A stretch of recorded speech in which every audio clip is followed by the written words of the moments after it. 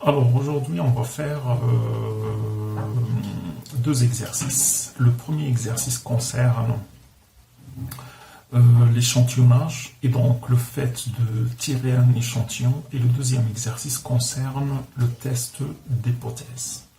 Voilà. Le premier exercice. On a une entreprise qui est spécialisée dans le déménagement de particuliers d'entreprises.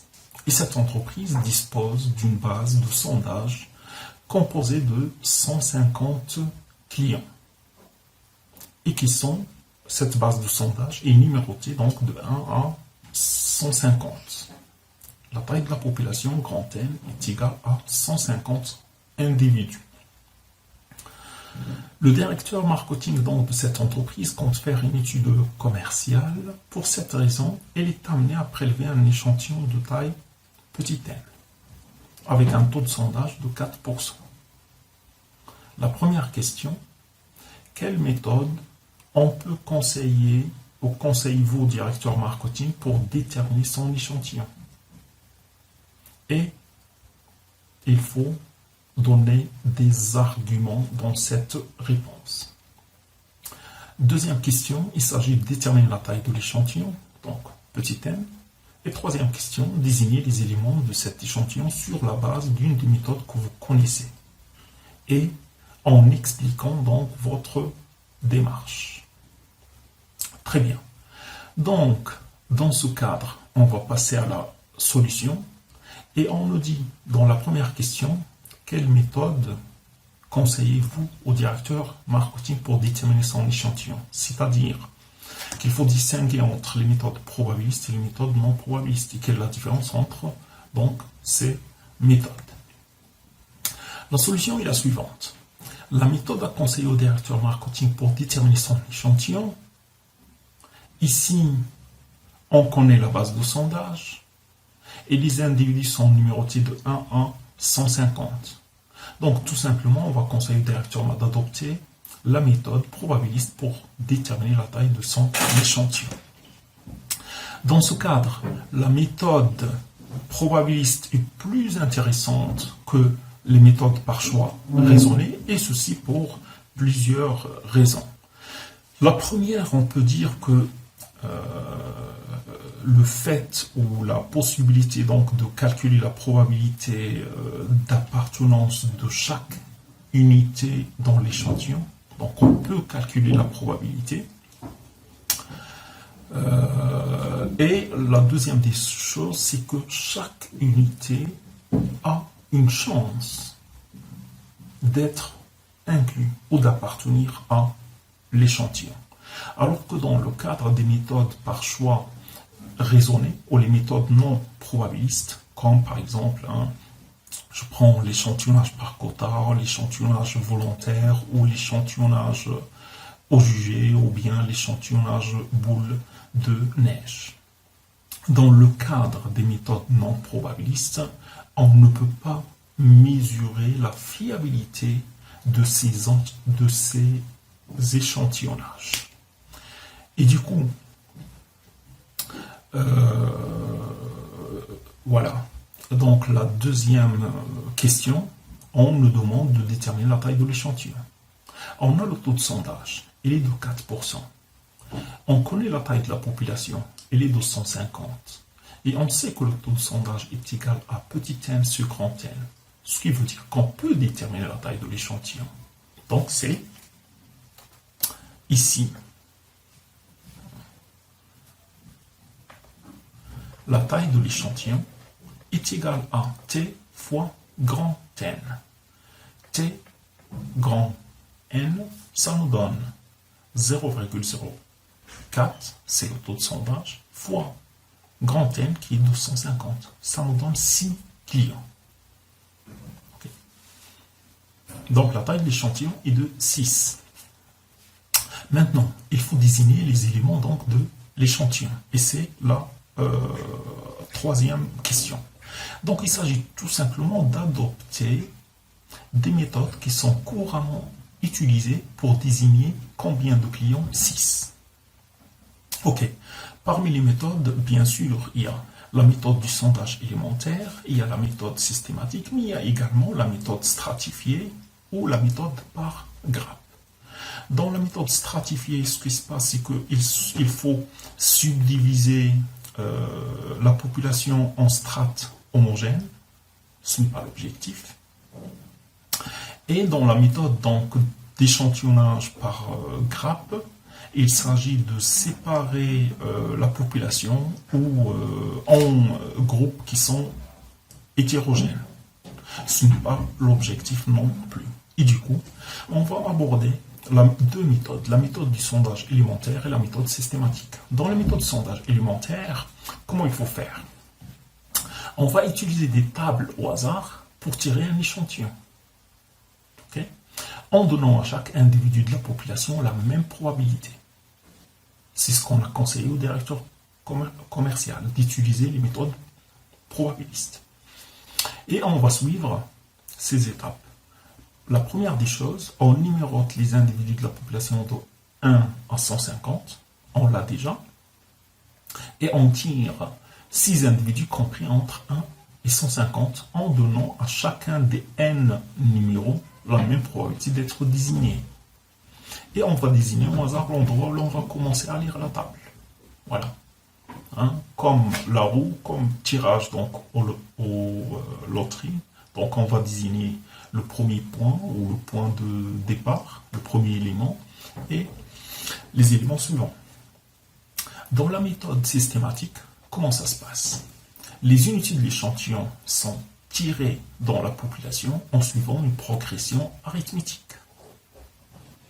La base de cette progression, donc, est choisie au hasard. Et la raison K est calculée de façon à couvrir toute la population. On va déterminer la raison de la progression arithmétique, donc K, à partir du taux de sondage. Ok, comment on fait? Donc, T est égal 4%, 4 sur 100 est égal à 1 sur 25, 1 sur K. Et donc K est égal à 25. Ou bien, tout simplement, K est égal à la taille de la population sur la taille de l'échantillon. 150 sur 6, ça nous donne 25. Donc on retiendra comme base de sondage un nombre tiré au hasard entre 1 et 25, puisqu'on a calculé K, qui est la raison de la progression.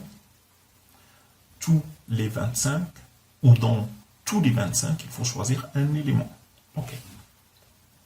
Si je prends l'échantillon A comme exemple, et je choisis le point de départ comme 1 plus 25, c'est 26, 26 plus 25, c'est 51, et ainsi de suite. Et combien je dois choisir dans mon échantillon?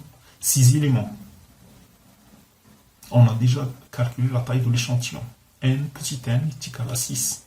1, 2, 3, 4, 5, 6. Si je prends au hasard 10, 10 plus la raison, 25, 35, 35 plus 25, 60, 60 plus 25, 85, et ainsi de suite. Et je choisis donc 6 éléments. L'échantillon C, point de départ 25, je peux prendre comme point de départ 2, 3, 4, comme je veux. Donc 25 plus 25, c'est 50, 50 plus 25, c'est 75, et ainsi de suite, jusqu'à 150. Et de là, j'ai 1, 2, 3, 4, 5, 6. 6 éléments. Donc c'est bon, j'ai constitué mes échantillons et j'ai respecté donc les méthodes probabilistes. Très bien. On passe maintenant à l'exercice numéro 2. Dans l'exercice numéro 2, on a une entreprise. Ici, on va parler de test d'hypothèse.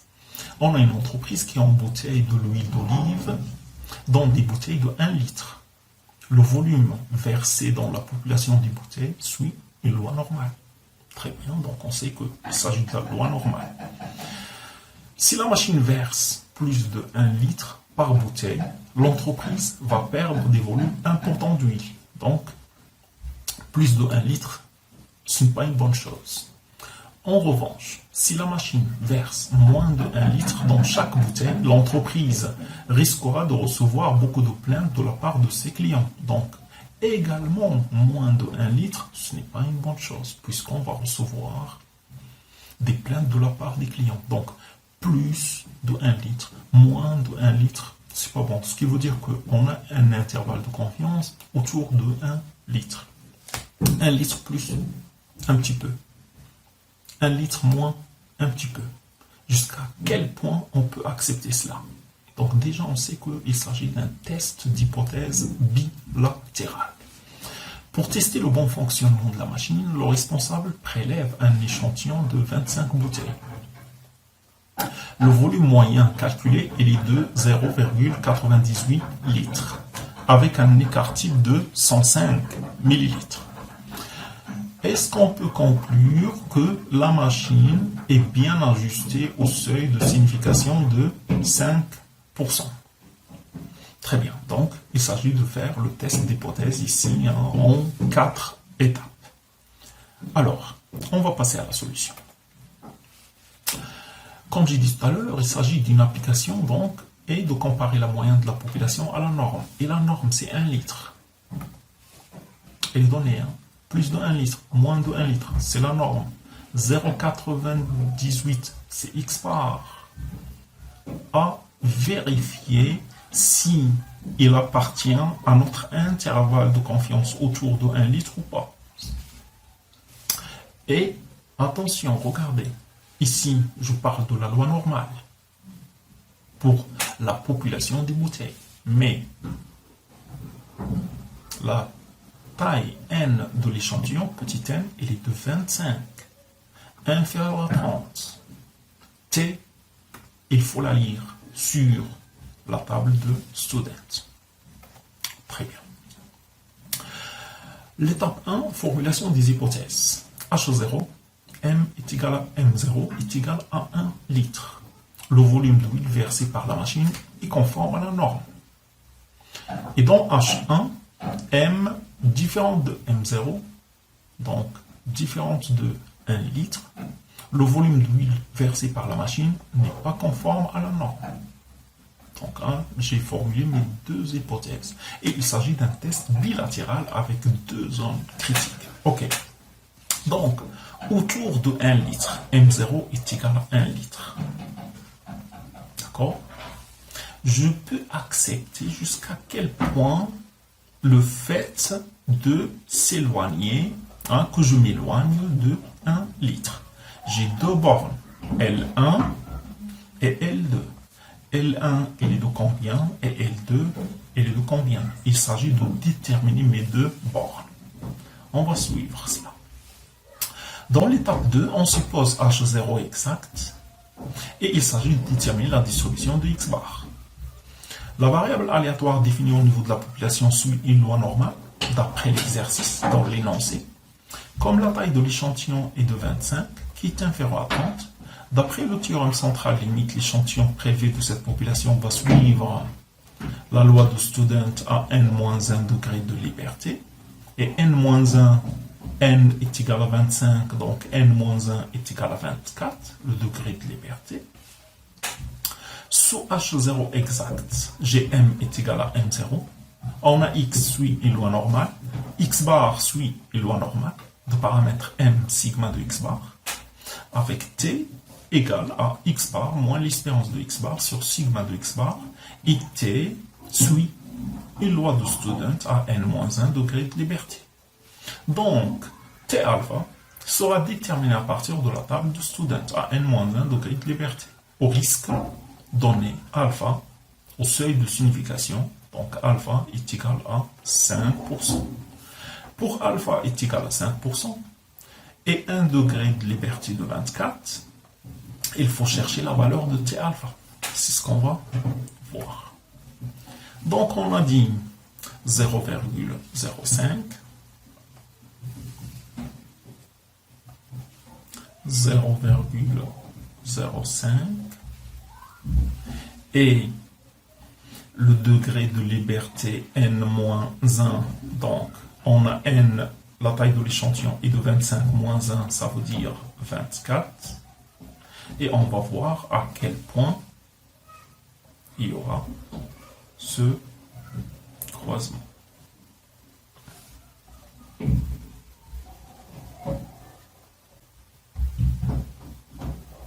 la valeur de T alpha est égale à 1,711. Voilà, c'est ce que j'ai ici. T alpha est égal à 1,711. Très bien. On a calculé T. Maintenant, dans l'étape 3, il s'agit de déterminer la zone d'acceptation. Déterminer L1 et L2. Comme X appartient à l'intervalle M0 moins T sigma sur racine de N, sigma bien sûr de la population, et M0 plus T alpha, sigma sur racine de N, avec alpha est égal à 5%. On peut écrire que la probabilité pour que X bar soit dans l'intervalle L1, donc c'est ça, L1, et ça c'est L2, est égal à 1 moins le risque, 1 moins alpha. 1 moins 5%, c'est 95%.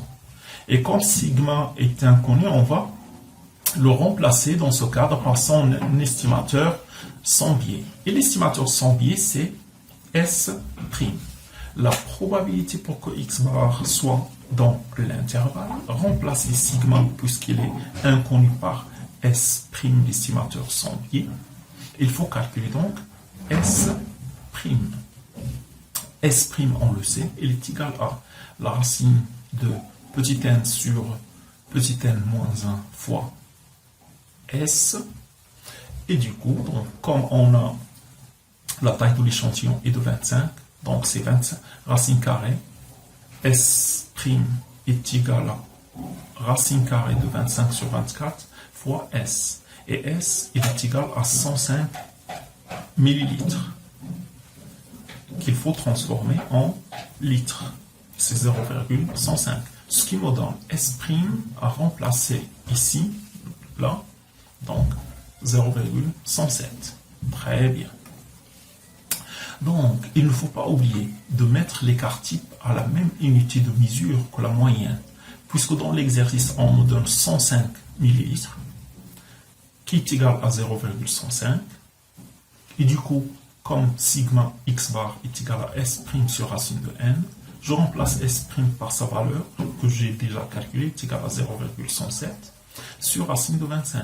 Sigma de x bar est égal à 0,0214. Très bien. J'ai dit tout à l'heure, la probabilité pour que x bar soit dans l'intervalle L1, L2 est égal à 1 moins alpha, qui est égal à 95%. Je peux écrire donc M0, c'est la probabilité, donc M0 c'est 1, moins T. J'ai calculé T sur la table de student. J'ai retrouvé la valeur de 1,711 fois sigma de x bar. Je remplace sigma de x bar par sa valeur, 0,0214. De chaque côté, hein, ici, 1 moins M0 moins et M0 plus. Hein, je retrouve 0,963 et 0,37 comme intervalle. Très bien. J'ai déterminé L1 et L2. Ce sont mes nouvelles valeurs. Ce sont donc mes nouvelles valeurs. L1, L2. Donc, la zone d'acceptation, elle est située entre L1 et L2. Il s'agit de passer à l'étape 4. Si x bar appartient à cet intervalle, se situe dans cet intervalle, la machine est bien réglée. J'accepte H0 et je rejette H1. Si x bar est en dehors de l'intervalle, soit de ce côté-là ou de ce côté, je vais accepter H1 et rejeter H0. Et je vais dire que la machine n'est pas bien ajustée. On va voir ça. Dans l'étape 4, la prise de décision, si x bar donc est inférieur ou bien supérieur à L2, 1,037. Si je suis inférieur, si je suis supérieur à cette borne, dans ce cas, je rejette H0.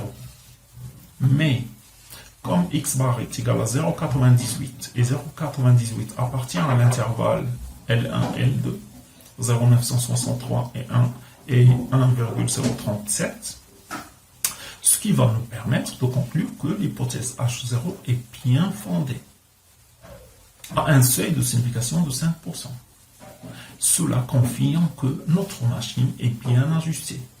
Et la différence constatée, elle est due seulement, la différence constatée donc par rapport à la norme 1 litre, elle est due seulement aux fluctuations d'échantillonnage.